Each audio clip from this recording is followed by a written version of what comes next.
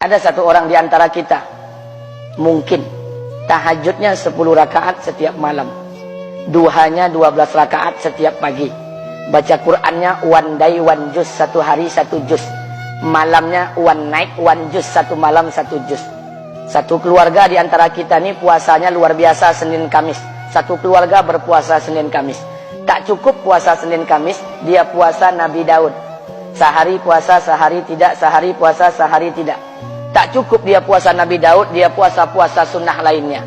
Istrinya nutup aurat dengan sempurna, pakai nikob, pakai cadar, pakai purda, pakai manset, pakai kos kaki. Suaminya 5 waktu ke masjid tak tertinggal takbiratul ula. Anak-anaknya di pondok pesantren hafiz dan hafizah. Tiap pagi berinfak, tak pernah menggunjing orang. Quran terjaga, aurat terjaga, tahajud terjaga, 5 waktu terjaga, duha terjaga, Quran terjaga, puasa terjaga. Sempurna satu keluarga amalnya. Tapi sudah 8 tahun dia tak tengok ayah ibunya. Sudah bertahun-tahun dia tak nyapa kedua orang tuanya. Sudah bertahun-tahun dia tak berhubungan baik dengan ayah ibunya. Sudah berminggu-minggu dia berkelahi dengan ayah ibunya. Sudah berhari-hari dia bermusuhan dengan kedua orang tuanya. Maka anak seperti ini, seluruh amal yang mereka kerjakan tertolak di sisi Allah Subhanahu wa taala, tidak akan diterima Allah.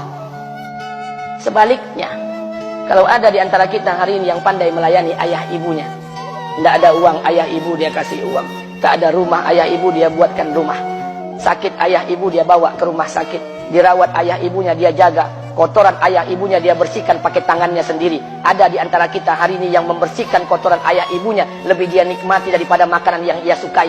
Begitu luar biasanya dia melayani ayah ibunya.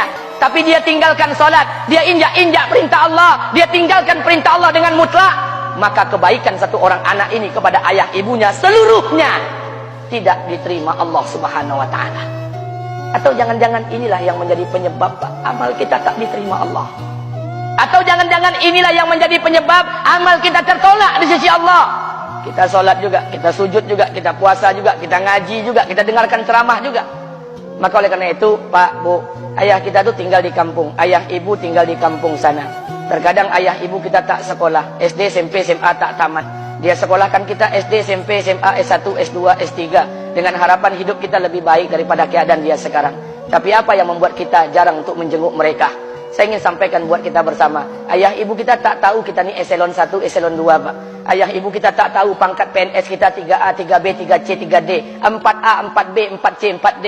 Ayah ibu kita tak tahu kita ni public figure. Ayah ibu kita tak tahu dan tak mau tahu. Yang dia tahu kita ni anaknya. Ayah ibu kita tak tahu kita punya sawit berapa. Ayah ibu kita tak butuh mobil kita. Dia tak butuh rumah kita. Tapi yang dia butuhkan kita. Apa yang membuat kita jarang untuk menjenguk mereka? Tahun 2016 di Masjid Damai Langgeng, saya diundang ceramah di sana. Habis pulang ceramah, saya baca WA SMS. Ada seorang ustadz Pekanbaru kirimkan WA dengan saya. Saya baca 2 kali, air mata saya menetes. Kenapa? Karena WA itu berisi cerita satu orang ibu sedang menelpon anaknya. Ibunya nelpon anaknya. Assalamualaikum nak. Waalaikumsalam kata anaknya. Kata ibunya, nak, sudah 1 bulan kau tak tengok ibu. Apa yang membuat engkau berhalangan nak? Apakah kau sibuk dengan pekerjaanmu? Minggu yang kedua ibunya telepon lagi. Assalamualaikum nak. Kata anaknya, waalaikumsalam. Kata ibunya, nak, ibu dapat kabar apa engkau baru beli mobil baru. Apa betul nak? Kata anaknya, betul bu. Kata ibunya, alhamdulillah nak, ibu bangga. Kau pandai menyenangkan hati anak istrimu. Minggu yang ketiga ibunya telepon lagi. Assalamualaikum nak. Kata anaknya, waalaikumsalam. Kata ibunya, nak, ibu dapat kabar bahwa engkau baru beli rumah baru. Apa betul nak? Kata anaknya, betul bu. Kata ibunya, alhamdulillah nak, ibu senang kau bertanggung jawab dengan anak istrimu. Minggu yang keempat ibunya telepon lagi. Assalamualaikum nak. Waalaikumsalam. Kata ibunya, nak, tadi ibu pergi ke pasar, ibu jumpa temanmu di pasar. Kata temanmu di pasar, temanmu banyak bercerita tentang kamu. Kata temanmu tadi, kamu baru beli anak anjing seharga 40 juta dari negeri Belanda. Apa betul nak? Kata anaknya, betul. Kata ibunya, nak, dengarkan pesan ibu untuk terakhir kalinya.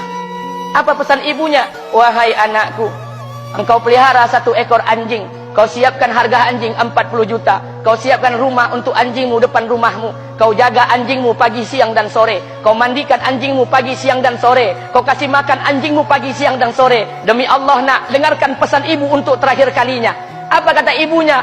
Demi Allah nak, demi Allah, Kalau seandainya Allah menciptakan ibu, kalau seandainya Allah menciptakan ibu untuk yang kedua kali di muka bumi ini, nak, demi Allah, ibu tak ingin terlahir sebagai manusia. Ibu ingin lahir sebagai seekor anjing, biar berada depan rumahmu dan melihat wajahmu setiap hari. Ibu kita tak butuh harta kita, Pak. Dia tak butuh uang kita, dia butuh kita. Apa yang membuat kita jarang untuk menjenguk mereka? Pantas hidup kita tidak berkah, pantas rumah tangga kita tidak sakinah, karena hubungan dengan ayah ibu kita rusak selama ini. Masih ada kesempatan, masih yang jauh telepon, yang dekat kunjungi mereka. Demi Allah, kita butuh keberkahan doa mereka. Yang sudah meninggal, ziarahi kuburnya dan doakan mereka. Imam As-Syafi'i berkata, apa kata Imam As-Syafi'i? Manusia zalim, manusia bodoh, kalian tak tahu apabila ayah dan ibu kalian mengangkat tangan di malam hari, dia berdoa kepada Allah untuk anaknya. Doanya cuma sekali, malamnya cuma sekali, hanya sekali saja doanya. Apa kata Imam Syafi'i? Sekali doa ayah dan ibu kalian sudah cukup bagi Allah untuk menjadikan kalian anaknya berkah dunia akhirat. Hari ini berapa banyak doa ayah dan ibu kita, tapi tidak ada keberkahan buat anak mereka. Kenapa? Hati mereka tersakiti. Maka pulang, Pak, cari mak bapak kita. Kita punya rumah hari ini, Bu, kita punya rumah, punya harta, punya uang, punya pekerjaan, punya kekayaan, punya sawit. Kita jadi orang hari ini jadi pegawai bukan kena sarjana kita, Pak. Kita jadi orang hari ini bukan kena otak kita. Kita jadi orang hari ini bukan kena kepintaran kita. Kita jadi orang hari ini jangan-jangan kena keberkahan doa ayah dan ibu kita yang tak pandai tulis baca di kampung sana. Cari mak bapak kita, Pak. Demi Allah, kita butuh keberkahan doa mereka. Apa guna di kehidupan dunia sementara Allah tidak ridho dengan kehidupan kita? Pantas amal kita tertolak di sisi Allah. Maka pulang ke rumah, cari mak dan bapak kita yang masih hidup, duduk bersama mereka. Kalau seandainya kita tak bisa membahagiakan mereka, jangan pernah menyusahkan mereka.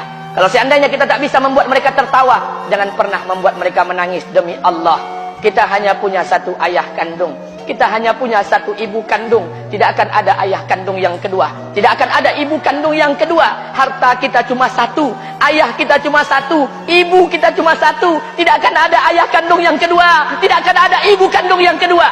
Pangkat jabatan bisa dicari, harta bisa diraih, kesempatan membahagiakan ayah dan ibu kita hanya sekali di kehidupan dunia ini, Pak. Pulanglah. Ketika mereka memanggil, tinggalkan istri, tinggalkan pekerjaan, tinggalkan semua proyek kita. Demi Allah, datangi mereka. Kata Nabi, sesaat kalian duduk bersama ayah dan ibu kalian akan mendatangkan keberkahan. Kenapa kalian tidak duduk bersama mereka?